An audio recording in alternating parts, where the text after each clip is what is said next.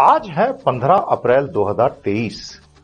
आज से ठीक 111 साल पहले 15 अप्रैल 1912 के दिन दुनिया का सबसे ताकतवर जहाज पैसेंजर शिप टाइटैनिक डूब गया था।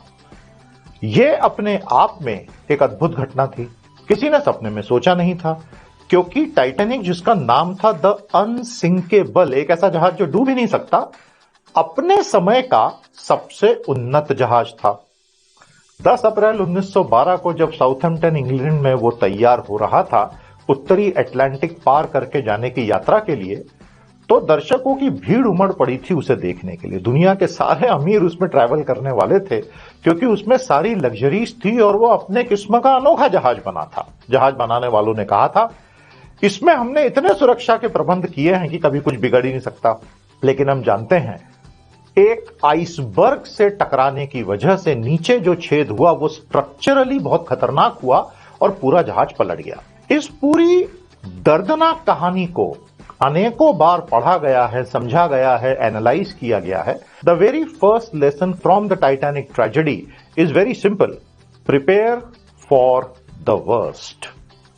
और प्रिपेयर फॉर द वर्स्ट का मतलब सिर्फ खोखले नारों में नहीं कि ऐसा होगा तो देख लेंगे, वैसा होगा और ऐसा तो हो ही नहीं सकता। और पता चला कि जब टाइटैनिक डूबने लगा और वाकई लोगों को उतारना पड़ रहा था, तो जितनी लाइफ बोट्स होनी चाहिए थी उससे आधे मात्रा में लाइफ बोट्स थी। ये तो कभी उस पर बैठे पैसेंजर्स ने सपने में सोचा नहीं था कि लाइफ बोट्स कम पड़ जाएंगी। 4-5 लाइफ बोट्स खराब निकली। इसका मतलब जहाज बनाने वाली कंपनी ने यह सोच रखा था कि ये जहाज तो डूब ही नहीं सकता, तो लाइफ बोट्स क्या करनी है, आधी लगा दो, देखेंगे। इससे बुरी प्लानिंग नहीं हो सकती थी और इस वजह से सैकड़ों लोग मारे गए। नहीं तो लगभग सबको बचाया जा सकता था। जब आप एक कंपनी चलाते हैं, व्यापार चलाते हैं, अपना घर बार भी चलाते हैं, आपको यह बात हमेशा ध्यान रखनी चाहिए कि अगर सिचुएशन बिगड़ी तो मेरी इमरजेंसी प्लानिंग क्या है, क्योंकि बाद में फिर दोष सिर्फ आप ही पर आएगा। तो प्यारे दोस्तों, इमरजेंसी की प्लानिंग और ओवर कॉन्फिडेंस की वजह से गलत सारी प्लानिंग एक्सपोज हो गई। दूसरा बड़ा सबक टाइटैनिक के हमें हादसे से जो मिलता है वो है एथिकल बिहेवियर केवल और चरित्र केवल तकलीफों में ही समझ में आता है।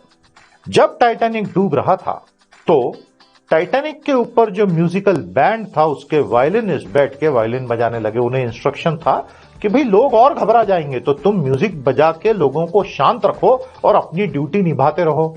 अब जहाज डूब रहा और वो वायलिन बजा रहे हैं, वाद्य यंत्र बजा रहे हैं। बीच में उनको भी समझ में आया कि भागने का समय आ गया है, तो वो भागने भी लगे। लेकिन एक आदमी रुक गया तो बाकी फिर से आके रुक गए और वो वायलिन बजाते बजाते काल के गर्त में समा गए। चरित्र का, चारित्रिक दृढ़ता का इससे बेहतर उदाहरण क्या मिल सकता है। दरअसल अनुभव हमें यह सिखाता है कि सच्चे दोस्तों की पहचान, सच्चे चरित्र की पहचान केवल एडवर्स कंडीशंस में ही होती है। जब सब कुछ फेयर वेदर होता है उस वक्त तो हर कोई अपने आप को बड़ा हाई कैरेक्टर का दिखाता है, लेकिन जहां हवा का रुख पलटा वहां अच्छे अच्छों की हालत खराब हो जाती है।